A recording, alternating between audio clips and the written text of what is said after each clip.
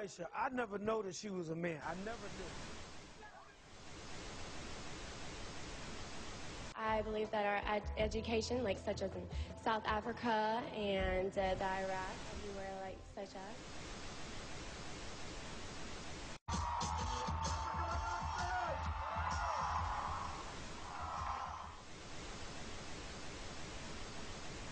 Platform 8 for the 22-28-7 service to Eastbourne via Lewis.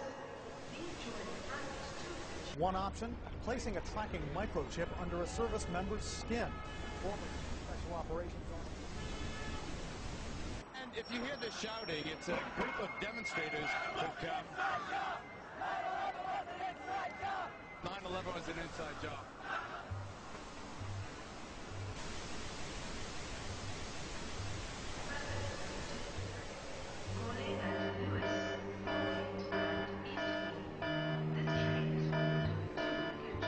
It's no longer a theory. What I'm about to say is fact. The secret organizations of the world power elite are no longer secret. They have planned and are now leading us into a one-world communist government. Well, there have been extraordinary scenes in Berlin tonight as thousands of people gathered to hear Barack Obama deliver key foreign policy speech on his current European tour. The Democratic presidential hopeful laid out his vision for America's place in a new world order, in a new world order, in a new world order. It's not a new idea. President Bush talked about it back in 1991. It is a big idea, a new world order. President Bush said, and it's a phrase that I often use myself, that we needed a new world order. There's a need for a new world order. I call upon all states to join ranks in order to found the new world order of the 21st century. We have before us the opportunity to forge for ourselves and for future generations a new world order. When we are successful, and we will be, we have a real chance at this new world order. And people talked then, in 1990, of a new world order. And the question for us is how we meet and master all these challenges to ensure that Britain enhances its competitiveness in the process and realizes what I believe is our destiny of success in this new world order. So, in conclusion, ladies and gentlemen, a new world is emerging. It is a new world order with significantly different and radically new challenges for the future. And people better understand that they mean exactly what they're saying. It's a new world order they're trying to create, and they're trying to do so not only without approval or consent of the governed in this country, but despite the popular will. This is a straightforward assault by the elitists in this country. There is a global meltdown coming. It is a global depression, and one world currency and one world financial system is the end game. China said last week they want one global currency. France said yesterday or the day before that they want one world order, a new world order, at the end of this event.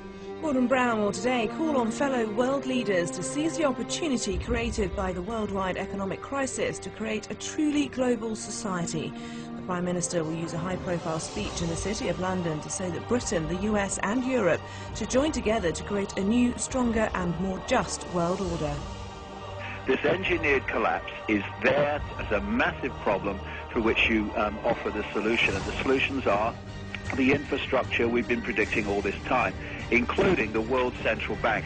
The goal of this manipulation, and has been for a very long time, is to get the world population to see as a good idea, or the only option in given circumstances that are manipulated into place, the creation of a one-world government, a world central bank which would administer all financial transactions on the planet, a world currency, and a microchipped population linked to a global computer. The wealthy elite who have the money and the power know that if they can create a one world global social system, that they can control the central authority.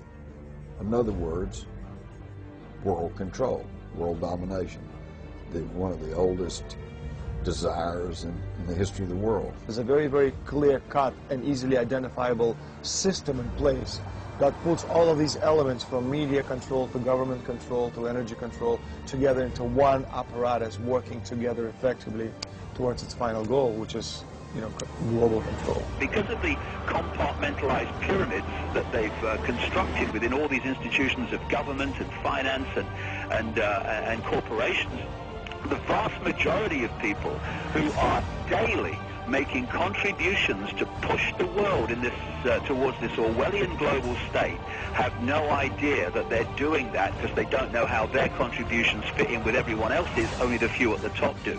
Most people don't have a clue that unelected private bankers actually control the governments of the world. There is this like cozy little myth that is perpetuated between politicians and the media. The media report the world as if presidents and prime ministers are the final arbiters and decision makers in the world, which means that the people above the level of presidents and prime ministers that really make the decisions, they're never looked at or exposed by the mainstream media because they're not accepted to exist. The central bankers of the world are working together to create a one-world government. A global police state as sinister as anything George Orwell ever wrote about, where every person on the planet Earth will have an RFID chip implanted. It is the first implantable microchip for humans that has multiple security, financial, and healthcare applications. More than 100 law enforcement officials in Mexico are having microchips implanted in their arms. The chips allow a person to be scanned, sort of like a cereal box at the supermarket. Just like the microchips implanted in the necks of dogs and cats, allowing lost pets to be identified, this glass capsule can do the same for humans. A chip in everybody would be the universal monetary system par excellence, because there'd be no escape from it, and you'd be totally under the control of those who issue the electronic impulses in that chip. The problem throughout human society is that the good men and women do nothing. They don't want power. They don't want control. They want to lead a leisurely life. They want to spend time with their family. They want to lead simple lives. But we are forced throughout society, throughout history, and throughout human time to stand up against bullies. And many times we stand up before it's too late. And we reverse the course of tyranny. And more often than not, we don't stand up in time, and horrible things have to happen first, so decadent societies learn why liberty and freedom is so precious. If you think you don't like the situation now, then think what you're going to face a little way down the road, and more than anything, think of what your children are going to have to face. Because you think we live in a controlled society now, this is nothing compared with what they are going to have to live in.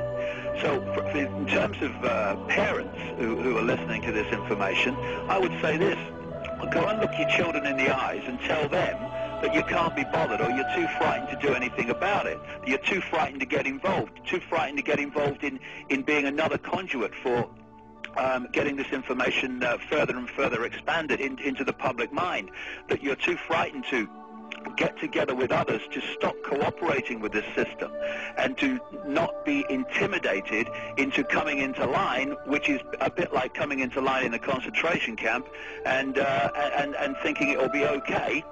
As long as you stay in line and you do as you're told, you'll be fine. And then you realize at the end of it, well, actually, it ain't fine. And if you'd have all rebelled earlier, then you wouldn't be in the situation you're facing now. The point of mathematics alone ought to let us see where the real power is here. There are billions of people, 6 billion, nearly getting on for 7 billion on this planet, who are being manipulated. There are, in full knowledge of what they're doing, a relative handful of those who are doing the manipulating to the end that we're talking about. They think they've beaten us. They think that they're going to have their way with us. And I'm here to tell them they're not going to have their way with us. We are going to defeat them. You guys aren't going to be able to get away with your New World Order, sir. Talk about Bill. You know what New World Order is. You will never get a New World Order. Never. National sovereignty will prevail. The New World Order is going down, sir. You can laugh. Wake up, people. Wake up. Research the New World Order. This is important. Look it up. Investigate it. Your New World Order will fall. Humanity will defeat you.